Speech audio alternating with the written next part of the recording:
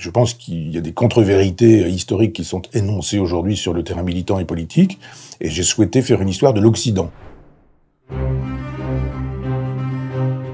Montrer la dialectique qui est à l'œuvre dans une civilisation. Alors pourquoi ce sujet? Parce que je pense effectivement qu'il y a une guerre des idées. Ce qui m'intéressait dans cette aventure, c'était d'opposer des contraires. Je pense par exemple à la question de l'alimentation, le régime carné ou le régime végétarien. Chez Porphyre, il y a un traité extrêmement bien fait sur la justification du véganisme, disons le vocabulaire d'aujourd'hui. Et puis, Diogène qui nous dit qu'il faut manger des aliments carnés. Mais vous voyez bien qu'il y a des carnivores aujourd'hui, qu'il y a des véganes aujourd'hui, et que, par exemple, quand Sandrine Rousseau fait la théorie du barbecue, elle ne sait peut-être pas que finalement elle s'inspire de débats très très anciens, ce sont des débats qui ont 2000 ans, qui ont généré des prises de position civilisationnelles qui sont les nôtres aujourd'hui. La philosophie ne naît pas comme ça, comme un miracle, c'est pas un miracle, simplement ce sont des gens qui voyagent et qui rencontrent d'autres individus. Parce que vous voyagez beaucoup plus qu'aujourd'hui. Quand vous êtes Pythagore et que vous allez jusqu'en Inde, eh bien, vous passez des années à voyager, vous allez nourrir une pensée qui, quand vous allez vous-même revenir, va rendre possible la pensée grecque. Les racines de l'Occident sont orientales.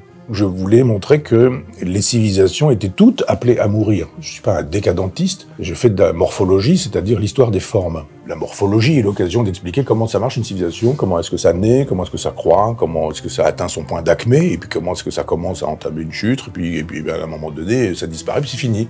Aujourd'hui, plus personne ne croit en Horus. Si vous allez à Luxor, il n'y a pas un Égyptien aujourd'hui qui croit que Isis, Osiris soient des divinités auxquelles on puisse rendre un culte. C'est exactement la même chose si vous allez à Athènes.